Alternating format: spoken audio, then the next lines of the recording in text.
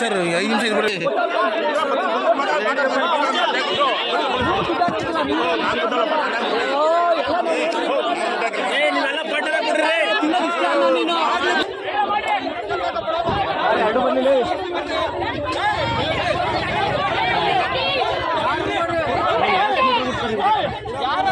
ಹೋಗ್ಬಿಟ್ಟು ಪೇಪರ್ ತೊಡೆಗೆ ಇವರು ಅವ್ರ ಕೈ ಬಿಟ್ಟಿದ್ದಾರೆ. ಯಾರ ಕೈಗೆ? ಅವನು ಹಾಸ್ಪಿಟಲ್ ಕೈಗೆ.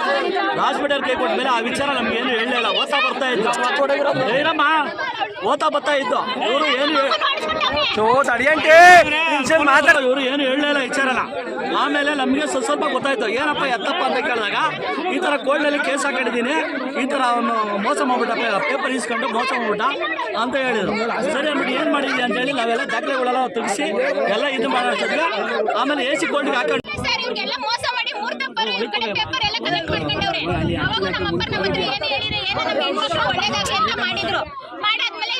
ರೆಡಿ ಮಾಡ್ಕೊಂಡು ಪೇಪರ್ ಇಸ್ಕೊಂಡಿದ್ರು. ಸರಿ ಅಂದ್ಬಿಟ್ಟು ಸರ್ ಇವರು ಚೋಳೂರು ಅವ್ರನ್ನ ಎತ್ತಿಬಿಟ್ಟು ಇವ್ರು ಏನ್ ಮಾಡಿದ್ದಾರೆ, ಎಕ್ಸೈಸ್ ಪಾರ್ಟಿ ಮೇಲೆ ನೋಟಿಸ್ ಇಶ್ಯೂ ಮಾಡ್ದಂಗೆ AC ಇಂದ ಆರ್ಡರ್ ಮಾಡಿಸ್ಕೊಂಡ್ಬಿಟ್ಟಿದ್ರು.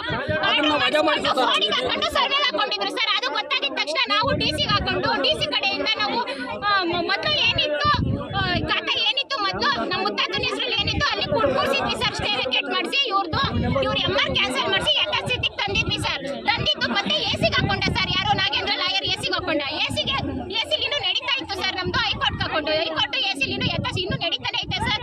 ಇನ್ನು ಆರ್ಡರ್ಸ್ ಬಂದೈತೆ AC ಕೋರ್ಟ್ ಅಲ್ಲಿ. ಸಿವಿಲ್ ಮ್ಯಾಟರ್ ಅಲ್ಲಿ ಎಲ್ಲಾ ನೋಟಿಸು ನಮ್ಮ ಮನೆಗೆ ಬರ್ತವೆ ಸರ್. DC ಆರ್ಡರ್ ಮಾಡಿದಾಗ ಬಂದಿದೆ, AC ಕೋರ್ಟ್ ಬಂದಿದೆ ಸರ್. ಸರ್ವೇರ್